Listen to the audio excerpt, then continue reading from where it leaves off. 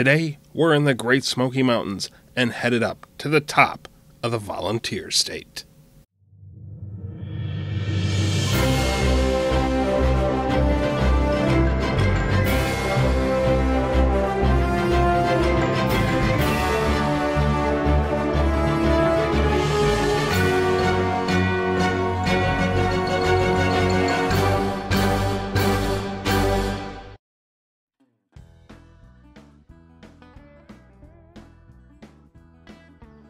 Hi, I'm Skymar Thaler. Welcome to Rooftops of America. Today, we're in the Smokies and headed up to the top of Tennessee. But before we start this adventure, take a moment to click that red subscribe button below and the bell icon next to it for all the latest Rooftops of America updates. Clingmans Dome is located deep in the Great Smoky Mountains in eastern Tennessee. The Smokies themselves can be found straddling the border of the states of North Carolina and Tennessee. The heart of the range runs from the Pigeon River in the north to the Little Tennessee River in the south, a distance over 50 miles. The geology of these mountains is a microcosm of the Appalachians as a whole. The oldest rocks in the Great Smokies date back 1 billion years ago with the formation of the supercontinent Rodinia. Another layer comes from the dissolution of that supercontinent. Over millions of years, as the plates drifted apart, this area became covered with water, leading to the creation of a layer of sedimentary material over 9 miles thick. Some of the more recent rocks, at least from a geological perspective, came about from the formation of yet another supercontinent, this one known to us as Pangaea. The collision of the Gondwana and Laurentian plates created the Appalachian Range we know today, though at the time it would have looked drastically different. Imagine a range here taller than the Rocky Mountains out west. That was the result of these plates colliding, the power literally pushing the peaks ever skyward. In the millions of years since the uplift, though, we see the peaks as they are today, shaped by wind and water erosion. Despite the loss of thousands of feet, they are still imposing in their own right, with 11 peaks in the Smokies measuring over 6,000 feet in elevation. During the Ice Age, the glaciers never reached this area, but despite terminating 200 miles north of here, they did affect these mountains. The glacial climate meant this area was a good deal cooler than it is today, and that in turn influenced the landscape. One of the easiest ways to see this effect is the giant rocks that have been split by the freezing and thawing of water.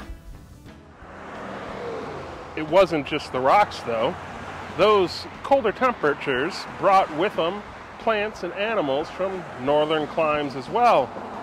Today, the Smoky Mountains are home to over 100 native trees, and many of those animals that migrated here stayed and can still be found in the wilds.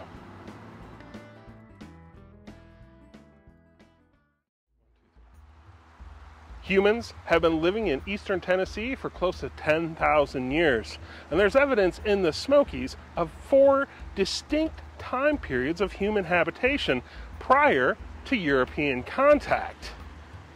The oldest communities date back around 7,500 BC. These would have been Paleo-Indians, mainly hunters and gatherers. By the time of the Woodland Cultural period, the tribes in this area were some of the first in North America to be farming on a regular basis. The river floodplains proved ideal for their agricultural efforts.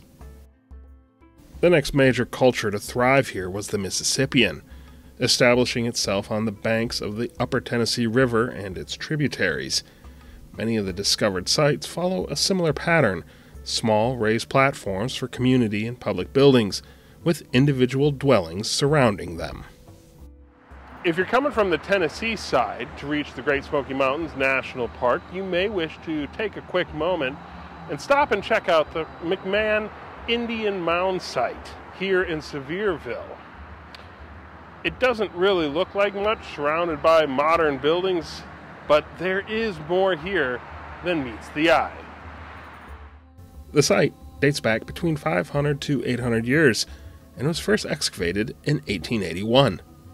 Archaeologists uncovered jewelry, pipes, other accoutrements, and period-specific pottery.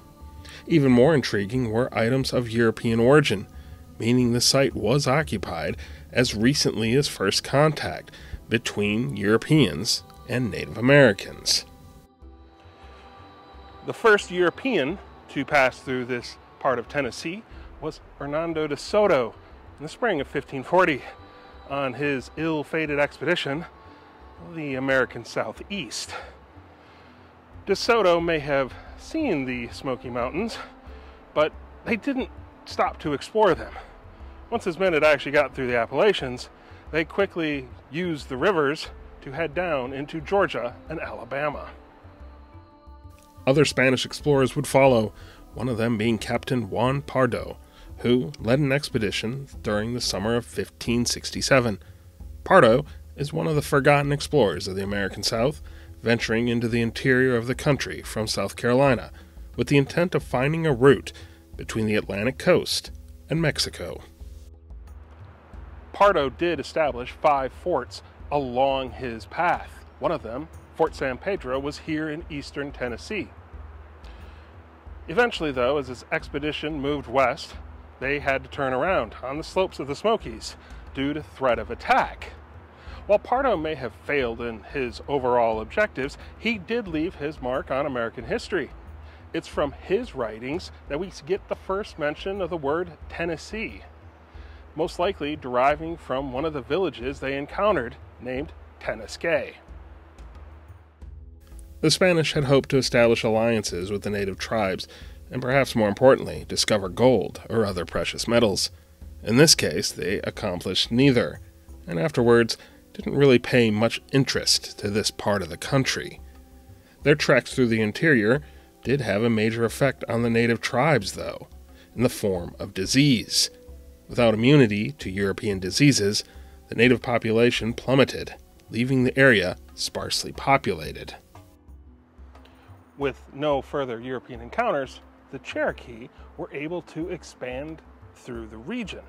Now, there's some debate about the origins of the Cherokee people. There's claims that they migrated south from the Great Lakes. There's also claims that they were already here when the Spanish came through. But what's for sure is by the 1600s, the Cherokee Nation was the dominant power in the region. Game was plentiful and the river valleys were fertile, so the Cherokee were quickly able to establish themselves as a significant and powerful nation with permanent towns, cultivated croplands, sophisticated political systems, and an extensive network of trails for trade. It's from the Cherokee we get the name Smoky Mountains. They called them Shakanoe, meaning place of the blue smoke. The smokiness they were referring to is actually from the trees producing a chemical reaction which gives the mountains a bluish-green haze when viewed from a distance. The Cherokee presence can still be felt in the mountains even today.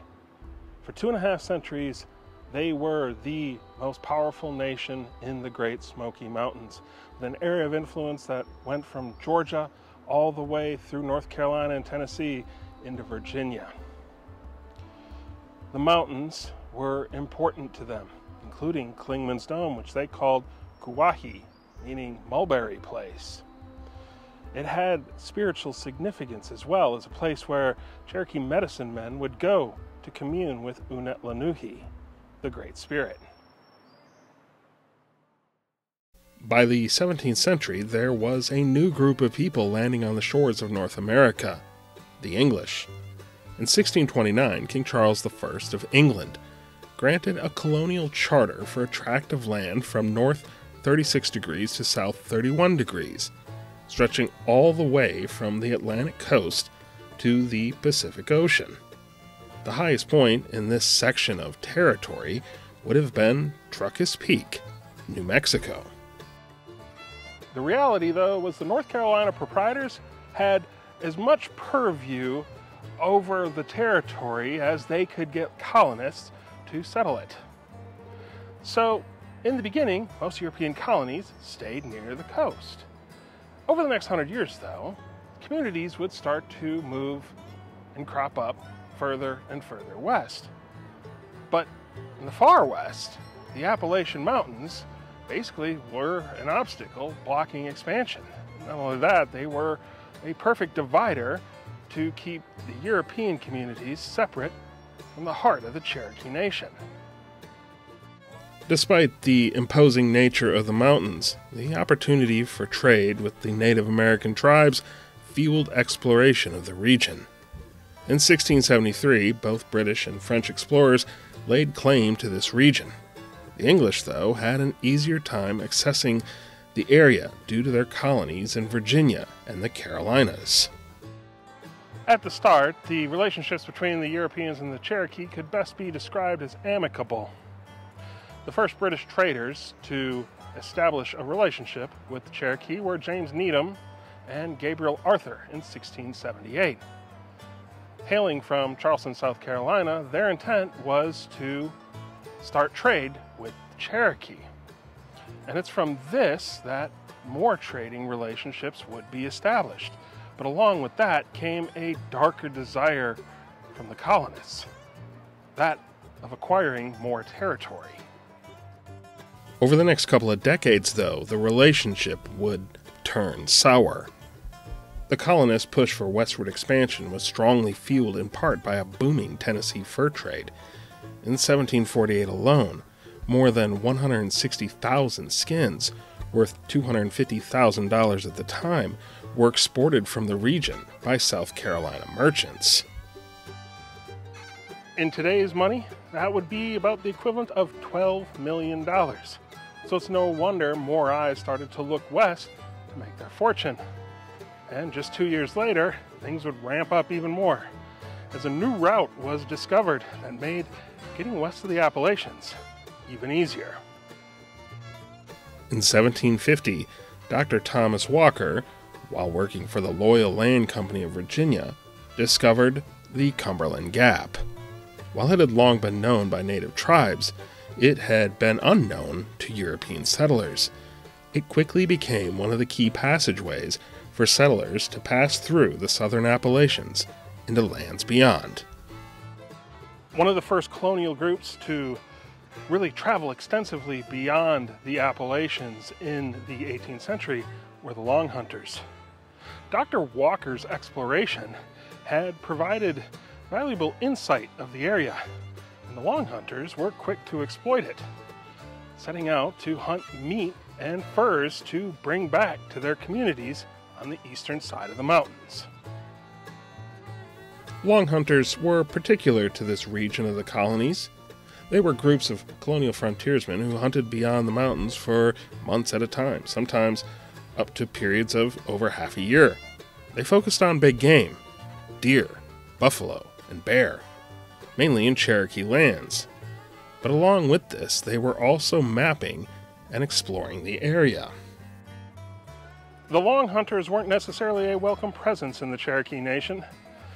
Their hunting activities were prolific, and they severely affected game populations. Perhaps no better example of this is an account of Daniel Boone, the most legendary of the Long Hunters. It's said that in one hunting season alone, he killed 99 bear. And in that same season, on one night, killed 30 deer. Long Hunters like Boone had no issue passing on what they learned about the territory west of the Appalachians to others. Making the frontier into a known quantity encouraged other colonists to try their luck beyond the mountains as well. One of them was William Bean, a fellow hunter and associate of Boone, who is thought to be the first permanent colonial resident of what is now Tennessee, establishing a homestead on the banks of the Watauga River in 1769. While the relationship between the colonists and the Cherokee may have started off decent enough, it didn't stay that way. By the 1700s, things had turned for the worse, and war would erupt between the two groups throughout the century, as the colonists kept encroaching on land that the Cherokee thought was theirs. The Cherokee would make territory cessions to the colonists, but it was never enough. And in the eyes of the colonists, and later the Americans, the Cherokee were viewed as just too powerful, and they were a threat. And it's in that the seeds of the eventual removal were planted. By the latter half of the 18th century, big changes were afoot for this region. At the conclusion of the French and Indian War, Great Britain found itself in possession of a large chunk of territory in North America, with residents who were not exactly too keen on the new ownership.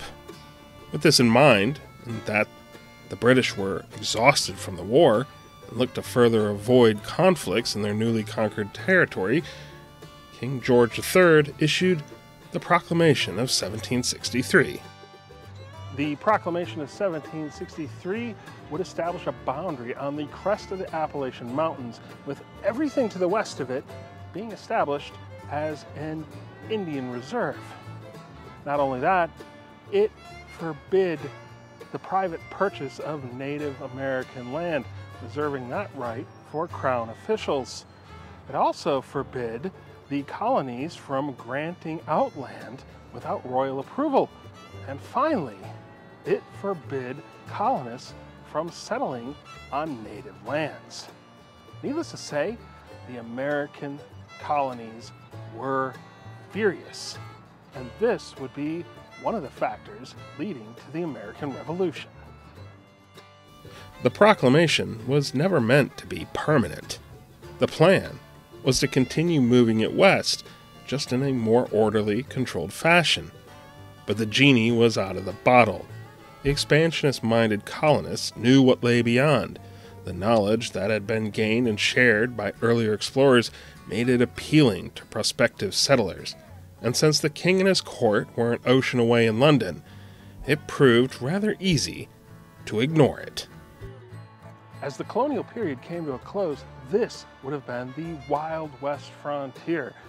But despite that reputation, it didn't slow down settlement in any way, shape, or form. The colonies had been moving away for a while of just acquiring trading rights with Native American partners, and were now much more focused on aggressive land acquisition. By the early 1770s, there were 4 communities here in eastern Tennessee. In the eyes of the Crown, these were illegal and not under the purview of the original establishing colonies.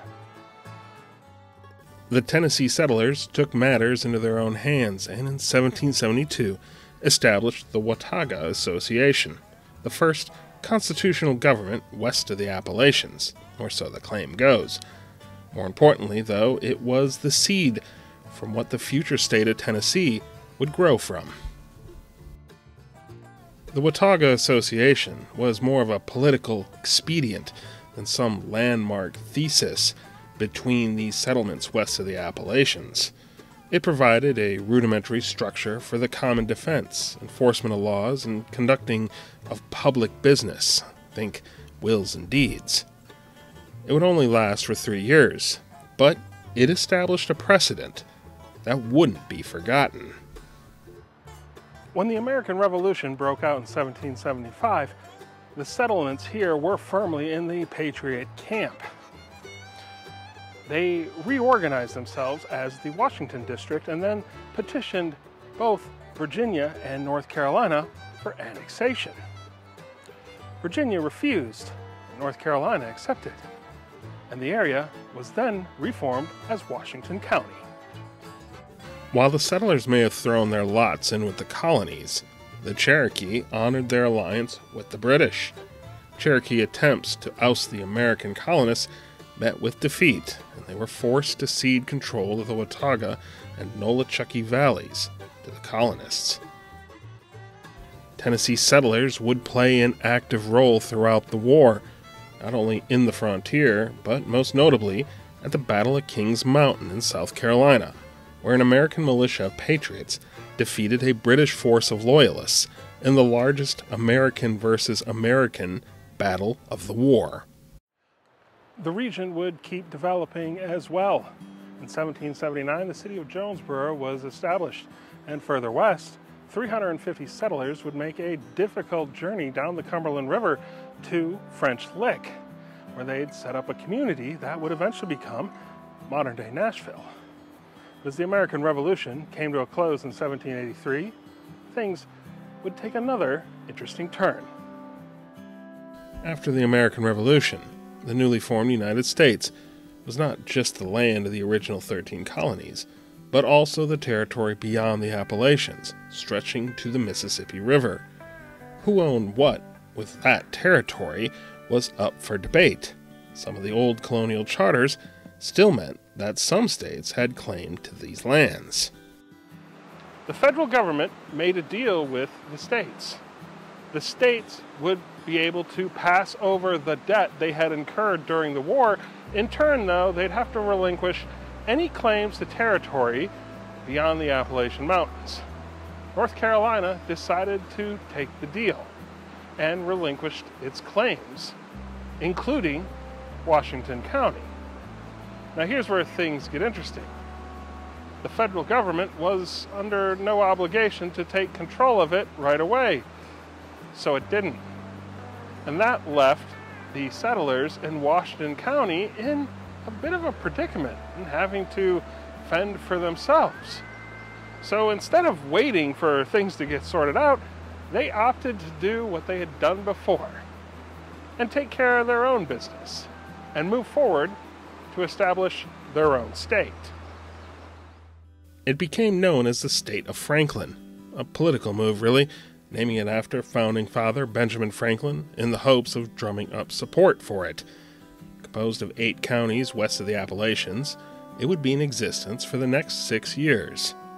The highest point for this weird slice of Americana was Clingmans Dome, making it one of the select few state high points that was also the highest point of one of these extra-legal territories.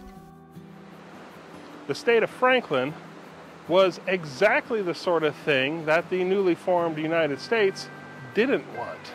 The Franklinites had become, well, to paraphrase George Washington, a distinct people with their own cultural and political differences from the Atlantic states that had fought for independence. North Carolina moved to rectify the problem by re-annexing the land, except the Franklinites refused and moved to secede from North Carolina. Over the next few years, further political machinations would unfold as Franklin tried to establish itself as its own entity. Its weak economy and the threat of Cherokee attacks led it to make even some desperate moves, like overtures to the Spanish for assistance. To the federal government, getting Franklin sorted out became a pressing concern. There were real potential consequences that could affect all current and future expansion beyond the Appalachians. Eventually, though, control was reestablished, and the state of Franklin was rolled into the larger Southwest Territory, with the territory capital being the newly established city of Knoxville. Clingmans Dome would change its title again as well, now becoming the territorial high point. On June 1st, 1796, Tennessee was admitted to the Union as the 16th state. The new state capital was in Knoxville, with John Sevier, one of the founding fathers of Tennessee, becoming the first governor. Despite Clingmans Dome having a new title as a state high point, its true height was still an unknown. Despite achieving statehood and new official boundaries for Tennessee, the Cherokee Nation was still holding strong in the east. They had made a series of land cessions to the United States to mitigate the demand that the Americans had for their territory. But it was never enough. More settlers kept arriving. The demand kept increasing, creating that ongoing conflict between the two parties. In the 1820s, the Cherokee had taken several drastic changes, to include establishing a government based on the U.S. Constitution. But despite their willingness to assimilate, the memory of a strong Cherokee nation was too threatening to white settlers, both politically and economically. Actions were taken in Congress to drive the Cherokee from their lands. In 1830, President Andrew Jackson signed the Indian Removal Act, and while it was ruled unconstitutional by the U.S. Supreme Court, Jackson used the military to remove the Native American tribes in the South, east of the Mississippi, to Oklahoma. It became known as the Trail of Tears. Of the 19,000 individuals from the Cherokee Nation forced to make the journey, 4,000 of them would die en route. Not all the Cherokee were forced to leave these lands. Some managed to escape the U.S. military and hide out in the mountains, to include on Clingmans Dome. It's from these 800 to 1,000 people that the eastern band of Cherokee Indians is descended, and they, to this day, continue to keep their tribe's traditions alive. Settlement on the western side of the Smokies here in Tennessee took a slightly slower path. Settlers started to arrive here through Indian Gap in the late 1700s. In 1785, the Treaty of Dumpling Creek was signed, where the Cherokee ceded over land that would be turned into Sevier County. On a side note, this was the only treaty that the state of Franklin would oversee. Closer to the mountains, the two main gateways to the Great Smoky Mountains National Park in this part of Tennessee, Pigeon Forge and Gatlinburg, were settled, the former in the 1780s, the latter in 1806-1807. Life here in the mountains was difficult and isolated. The area was poor and most agricultural efforts were subsistence farming at best. There was some mining activity as well, but nothing like the gold rushes of North Carolina or Georgia. As a result, slavery never was practiced much here, and when the Civil War broke out, this area remained staunchly pro-Union. The mountains remain a bit of a mystery as well. It wasn't until the 1820s that the official boundary between Tennessee and North Carolina was actually surveyed. And despite the survey line running right through the mountains, little was done to name many of the places. That said, the mountain we now know as Clingmans Dome had acquired an unofficial name. The settlers were referring to it not by the Cherokee name, but now as Smoky Dome.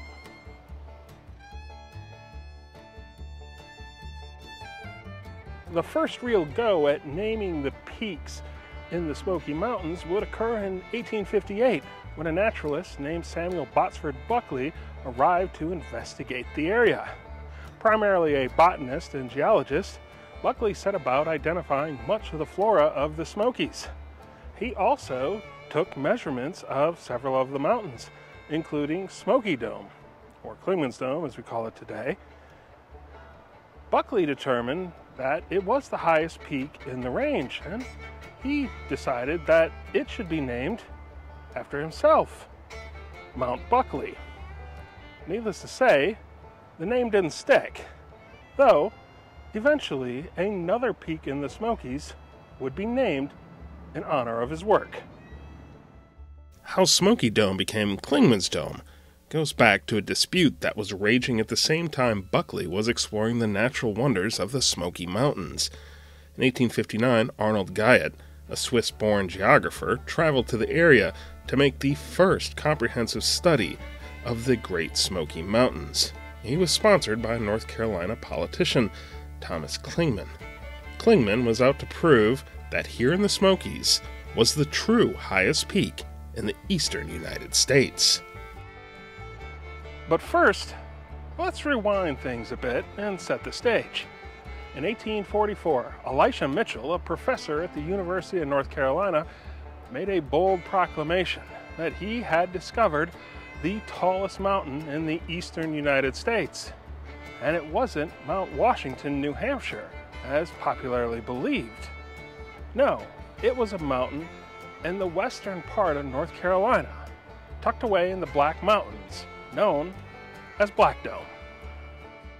Mitchell's claim upended a lot of current thought, both in the region and the country, but not everyone was convinced. Thomas Clingman, a former student of Mitchell's and now U.S. Congressman, was absolutely convinced Mitchell was wrong.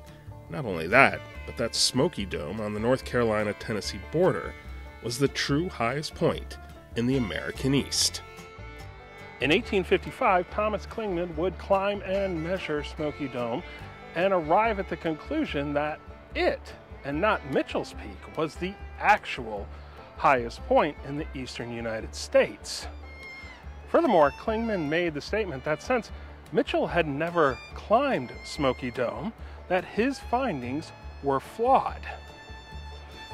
The two individuals would argue back and forth in local newspapers for the next 2 years, with the debate turning quite bitter at times. Eventually, the controversy got to be too much, and Mitchell returned to Black Dome to verify his original findings. But tragedy struck during his expedition. Mitchell slipped and drowned in one of the creeks flowing down the side of the mountain. Despite Mitchell's death, Thomas Clingman was still set on proving his former professor wrong. Enter Arnold Guyot, who at the time was the professor of physical geography and geology at Princeton University. Clingman sponsored Guyot to come on down and measure both Black and Smoky Domes. Clingman was so invested in this, he actually oversaw the construction of a 6-mile trail up Smoky Dome so Guyot could reach the top easier with his equipment. In the end, though, it was all for naught, because Guyot would validate Mitchell's findings. Smoky Dome would fall short by over 40 feet. Clingman, though, did get a bit of a consolation prize. Guyot officially renamed Smoky Dome after his sponsor. In recent years, there has been a push by the Cherokee to change the name of the peak back to its original, Kuwohi, pointing out the fact that Clingman was an avowed racist, a slave owner, a major proponent of secessionism, and served as a Confederate general. Add on to that the Tennessee Highpoint is named after a man who never had much interest in Tennessee. In the latter half of the 1800s, the railroad finally arrived and upended the region once again, this time in the form of logging. The timber industry allowed some wealth to creep into the region, but at the cost of its natural beauty. Logging in the Smokies, like elsewhere in the 1800s, denuded the landscape. Timber companies in the 19th and early 20th century weren't exactly interested in sustainable forestry, just clear-cutting the timber and moving on. By the 1890s, there was the idea that some part of the Smoky Mountains should be preserved. Early legislative efforts met with failure, but by the first few decades of the 1900s, the clamor for a park of some sort had become deafening. In 1926, President Calvin Coolidge signed into law the establishment of both the Shenandoah and Great Smoky Mountains National Parks, as soon as enough land had been purchased for both. Unlike the parks and reservations out west, though, creating a national park here in Tennessee would be a bit more challenging. For starters, much of the land was owned by small landholders in the form of farmers, or larger sections, by timber companies. Eventually, with both state-appropriated funds and public contributions for a total of $10 million, enough money was raised to allow for the purchase of the necessary plots. North Carolina and Tennessee would then transfer 300,000 acres, leading to the formation of the Great Smoky Mountains National Park in 1934. In 1940, President Franklin Delano Roosevelt dedicated the park. The Great Smoky Mountains is one of the largest protected areas in the eastern United States, and it was recognized as a UNESCO World Heritage Site in 1983 and an International Biosphere Reserve in 1988. One of the best examples of why this park has those designations is in the form of the 187,000 acres of old-growth forest within its boundaries. It's the largest stand east of the Mississippi River. Most of the old-growth sections require a bit of work to get to, but they can be worth the hike if you have the time. If you're more limited on time, you're going to want to come here to the Chimney Picnic area. At this point, you'll take the Cove Hardwood Nature Trail. It will take you into some of the most accessible old growth in the park. Let's go check it out.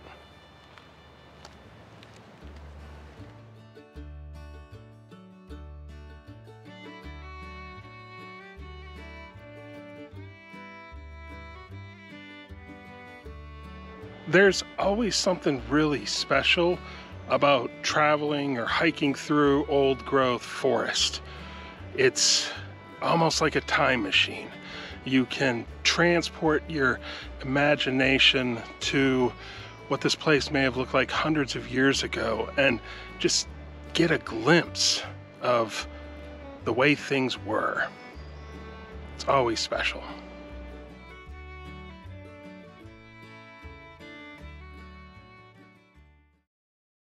The Great Smoky Mountains National Park is by far the most popular U.S. national park, with over 14 million people stopping by in 2021 alone.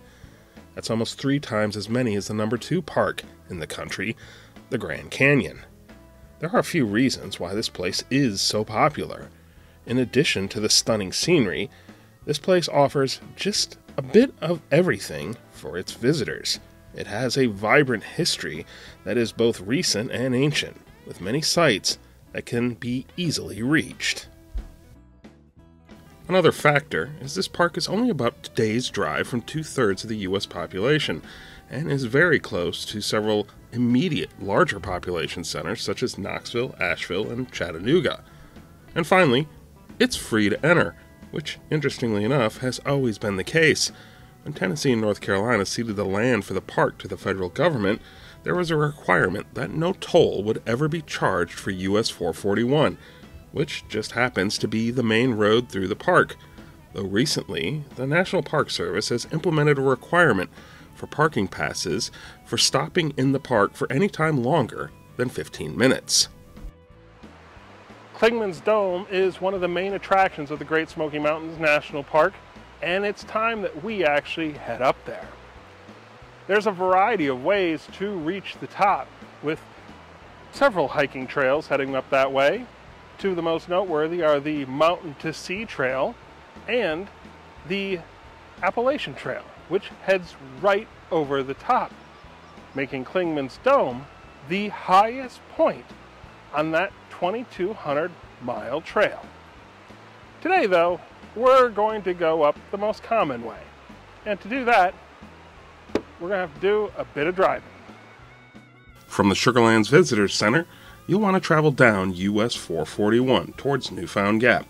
Along the way, you'll spy several areas where you can stop to take in the views. Once you reach Newfoundland Gap, you will find the turn for Clingmans Dome Road. Now keep in mind, the road, Clingmans Dome, is only open basically from the spring through the fall, though it can also be closed in cases of inclement weather. From that point, it's only 7 more miles to the top.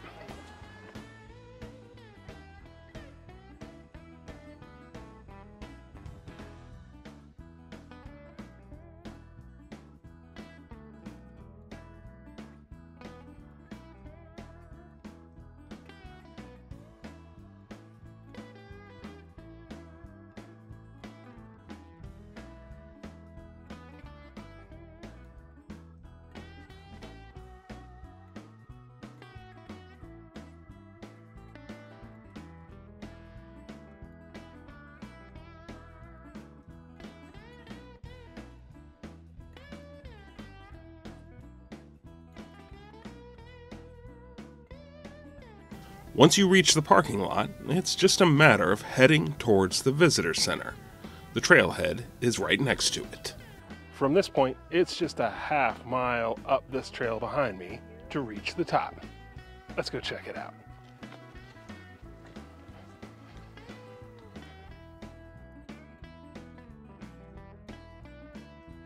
While the trail is paved all the way up, you may find yourself a bit surprised at how steep it gets. It's not very long, only about a half mile, but you may find yourself enjoying one or two of the benches on the sides of the trail as you work your way up.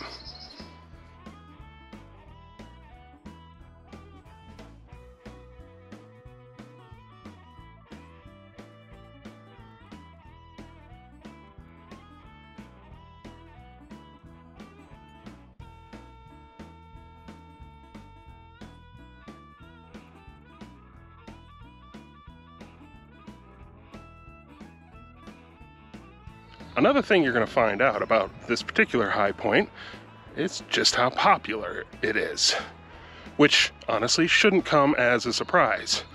It is one of the premier attractions in the most visited U.S. national park. So that gives Clingmans Dome the distinction of being the most visited state high point in the USA.